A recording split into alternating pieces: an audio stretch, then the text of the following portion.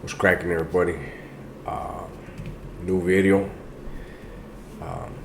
Plug the mic in for you guys again because a lot of you guys said it sounded better. I guess the last microphone I had, this one right here, wasn't very good, or I just don't know how to use it. I don't know. I do want to say that I don't know about you guys, but this heat wave is kicking my ass. Those of you that aren't in California, pretty much, I think all of California for the most part, has been suffering with a heat wave. Being in a machine shop, whatever the elements are outside of the shop, they're a lot worse inside. And right now, unfortunately, it's a heat wave. I'm completely drained. I'm completely tired. I almost didn't put out a video today, but I'm grinding just like you guys. You know what I'm saying? So I have my regular job, and then when I'm done with that, I gotta come home. I gotta take care of my business, and then I'm right here with you guys, chopping it up. So today's video is about my first time in that SIG.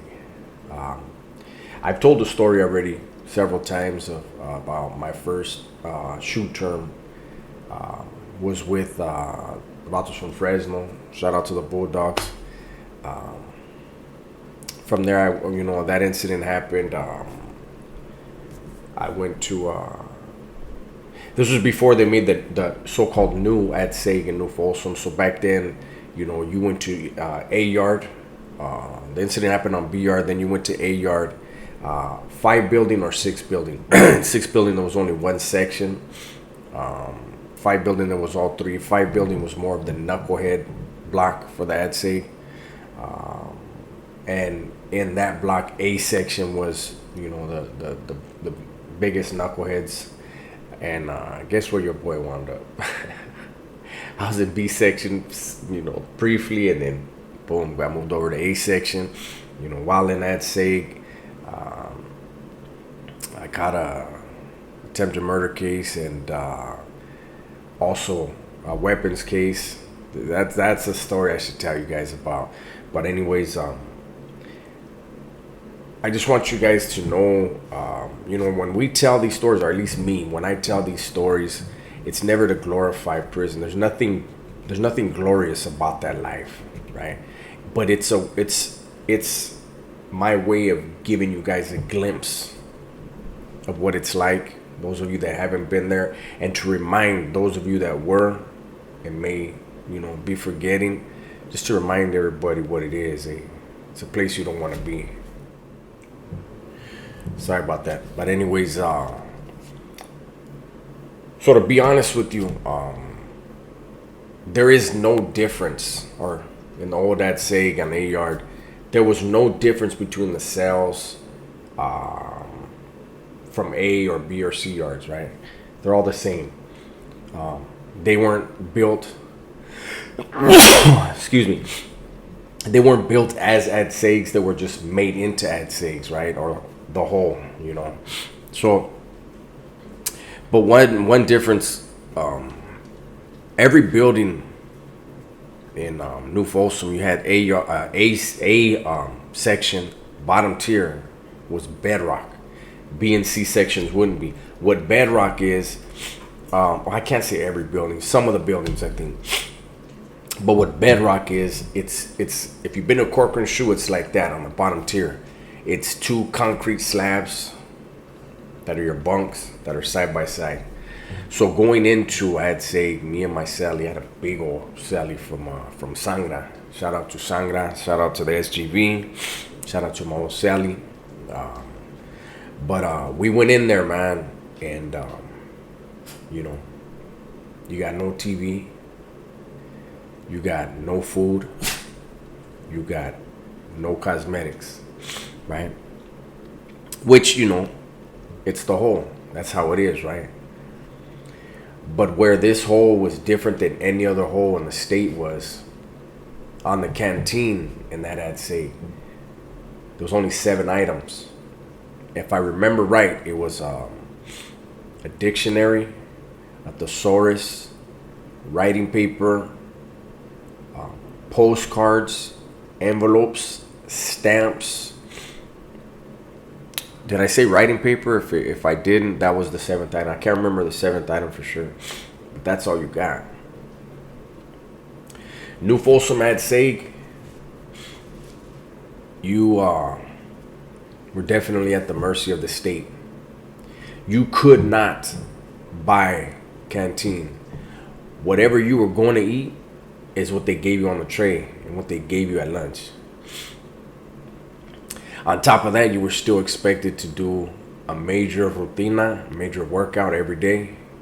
You had the days you had yard, you were going to work out on the yard in that hot ass New Folsom sun or that cold ass weather, depending on when you were there. The days you didn't have yard, you were going to bust down in the cell. And imagine that.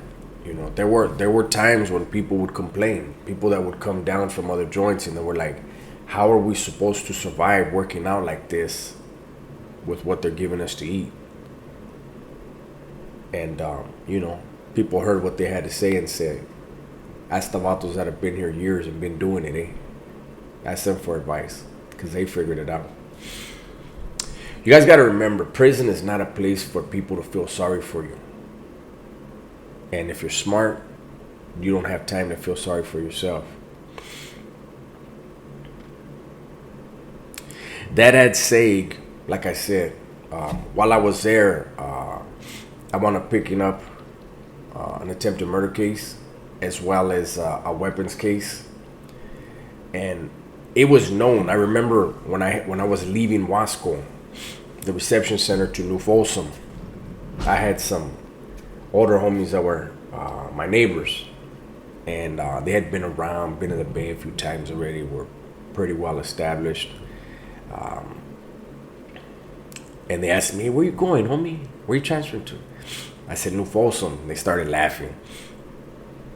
They said, hey, that place is cool, man, but once you get to the oil, once you get to the ad sake, the hole, you're going to catch a lot of time. And I did, you know. At the time, there was a thing between, you know, there was, I don't want to get into all that, but a lot of the dudes that were raza from Southern California that were coming to the oil, they were usually getting hit. They would get whacked by those of us that came from B facility, and that's one of the incidents that why I caught the stabbing that I caught in that sake. It was exactly that. But I wanted to paint that picture for you guys. Just imagine going into a cell with nothing there. No food. You never even get none, right? Everybody's at each other. When you go to yard, at least once or twice a week, there's somebody getting stabbed on the yard. Guns are going off. And that's your normal life. That's your daily routine. Nobody that's there second guesses it. Nobody has time to, you know. You know, whenever I think of prison and I think of the violence that goes on, I always remember the saying that a lot of us would say. When you see something go down and you see somebody get hit, regardless of who they are, what faction, whatever, you know, you'll hear somebody say, hey, better him than me. And that's the reality of prison. Those of you that watch my channel that have loved ones in there, I wish I could alleviate the worry that you have for your loved one. I can't. Prison is a violent place. Prison is brutal. But it is also a place that I believe that men find out who they really are. You know what I'm saying? And all you can do is, those of you that have loved ones behind the wall, say a prayer for them, take their calls, answer their letters. Believe me, I understand how hard it is out here because, you know, life is so demanding out here, and in there all they got is time. But a letter now and then goes a long way. A couple bucks here and there goes a long way. I know there's people that are gonna be in the comments and they're gonna say, well, prison should be that and more. It should be worse, or it should be harder than that. They deserve to be in prison. And that's correct. They deserve to be in prison, but they also deserve to have an opportunity to rehabilitate themselves and be afforded opportunities to educate themselves and expand their mind. Because, like I've said before many a times, 80% of the people that go in don't have life. And we don't want people, if we're smart, we don't want people, broken men, to go in there and then stay broken, stay hopeless, yet become more sophisticated in their crime, more devious in their violence, and then enter the communities like that. I prefer to be able to educate them. Let them understand that there's more. Let them understand that they are more.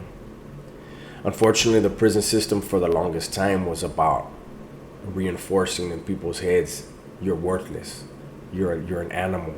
We're caging you because you need to be in a cage. You can look at a wild animal and you can cage a wild animal like that and look at how they react. You can get a domesticated dog and treat him the same way and watch how he acts. But if you can show that animal love, that dog love, they show love back.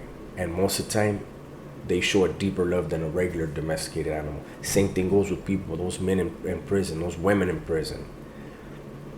Give them an opportunity to learn their value, and they definitely learn yours. I'll go ahead and bring this to a close. This is going to be one of those videos. It's not going to get views, but you know what? It's going to touch the ones it's supposed to, all right?